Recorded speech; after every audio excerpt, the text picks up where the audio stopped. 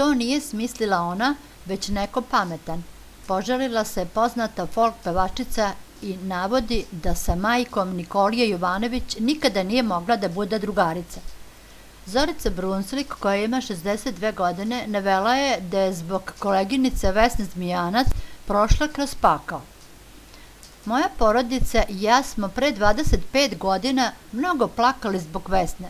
Tada je ona na mojoj grbači napravila startnu poziciju da uđe u svet poznatih. Upoznala sam je kao pevačicu koja je pevala na vašarima i na Ibarskoj magistrali. Tada je imala samo 2 pesme, Vetar duva oko kuće i Ori mile al duboko. Onda je upoznala Kemiša, za koga se udala, ja sam im čak bila na svadbi i nosila poklon. On joj je dao prelepu pesmu Nevero moja, a ubrzo su se i razveli. Prisjetila se Zorica, piše Stas. Neko je rekao kako je ta pesma nastala zahvaljujući drugarici koja joj je otela muža. To nije smislila ona, već neko pametan. To je objavila u nekim novinama i tada je meni nastao pakao u porodici. Moje deca su imala problem, a ja sam stalno bila frustrirana zahvaljujući njoj i njenim vezama, koje su krojile njenu karijeru.